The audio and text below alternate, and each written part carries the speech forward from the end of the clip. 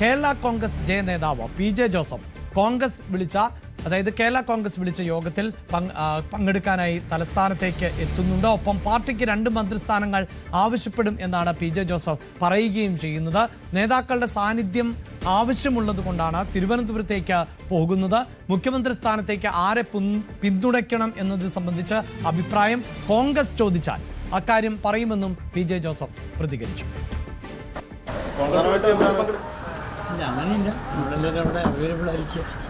സ്വാഭാവികമായിട്ടും ഒരു മുഖ്യമന്ത്രി സ്വാഭാവികമായിട്ടും തീരുമാനിക്കേണ്ടതുണ്ടല്ലോ. അപ്പോൾ എന്താണ് ഘടകകക്ഷി തീരുമാനം? അവിടെ ചോദിച്ചാലേ പറയും.